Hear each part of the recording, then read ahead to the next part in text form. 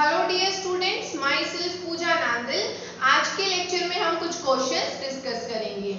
First question है, liquids generally have lower density as compared to solids, but you must have observed that ice floats on water. Find out why.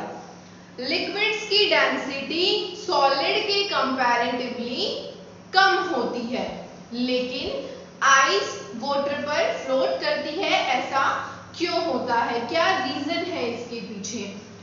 जिन भी substances की density water से कम होती है वो सभी substances water पर float करती हैं। डेंसिटी का मतलब होता है मास पर यूनिट वॉल्यूम, मतलब मास बाय वॉल्यूम। जो डेंसिटी होती है वॉल्यूम के इनवर्सली प्रोपोर्शनल होती है। अगर वॉल्यूम ज्यादा तो डेंसिटी कम, अगर वॉल्यूम कम तो डेंसिटी ज्यादा। ये दोनों एक दूसरे के इनवर्सली प्रोपोर्शनल होते हैं। अगर वॉल्यूम ज्यादा तो डेंसिटी कम, अगर वॉल्यूम कम तो डेंसिटी ज्यादा। अगर हम आइस की बात करें, आइस क्या है? एक सॉलिड है, लेकिन जो आइस के पार्टिकल्स होते हैं उनके बीच में स्पेस बहुत ही ज्यादा प्रेजेंट होता है। वहीं पर लिक्विड की अगर हम बात करें तो लिक्विड के पार्टिकल्स के बीच में स्पेस आइस के पार्टिकल्स के कंपैरेटिवली कम प्रेजेंट होता है। इट मींस आइस की जो वॉल्यूम है वो ज्यादा है, और आइस की वॉल्यूम ज्यादा है तो डेंसिटी कम हो जाएगी। दैट्स व्हाई आइस वाटर के ऊपर फ्लोट करती है, क्योंकि आइस की डेंसिटी वाटर के कंपैरेटिवली कम है। Mass per unit volume of a substance is called density. As volume of a substance increases, its density decreases. Though ice is solid, it has large number of empty spaces between its particles. Thus, the volume of ice is greater than that of water.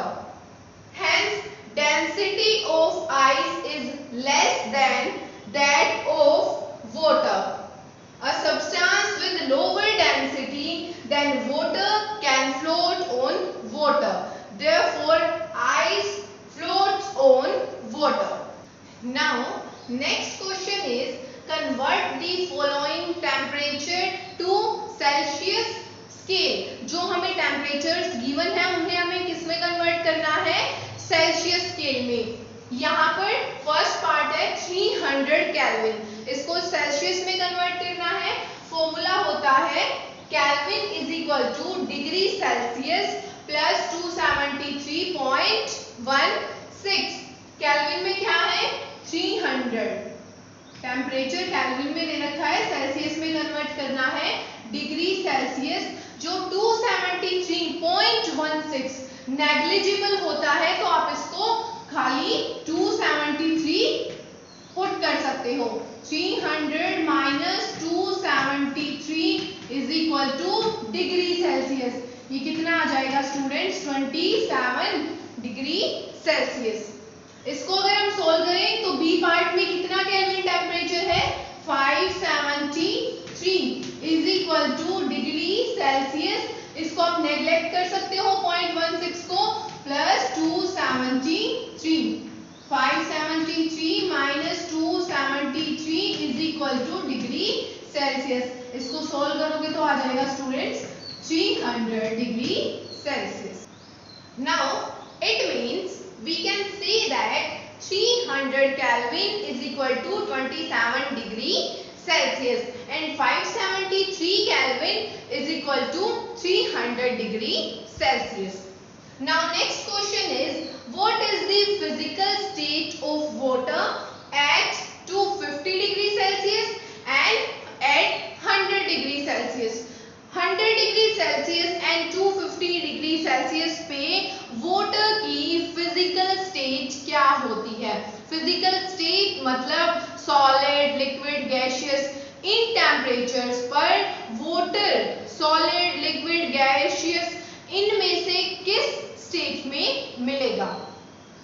अगर हम बात करें 250 degree Celsius की, तो students आपको पता है water का जो बॉइलिंग पॉइंट होता है वो 100 डिग्री सेल्सियस होता है। इट मींस इस 250 डिग्री सेल्सियस टेम्परेचर पर वाटर किस स्टेट में मिलेगा, गैसियस स्टेट में। At 250 degree Celsius water exist in gaseous state. Now next part is 100 degree Celsius. 100 degree Celsius पर वाटर लिक्विड एंड गैसियस दोनों ही स्टेट में मिलता है जब हीट किसके इक्वल हो जाए, लेटेंट हीट ऑफ वेपराइजेशन। तो जो वाटर होता है लिक्विड स्टेट से किसमें कन्वर्ट होना शुरू कर देता है, किसमें कन्वर्ट हो जाता है, गैसियस स्टेट में। At 100 degree Celsius, water exists in liquid as well as gaseous state. But at this temperature, after getting heat equals to latent heat of vaporization, water changes into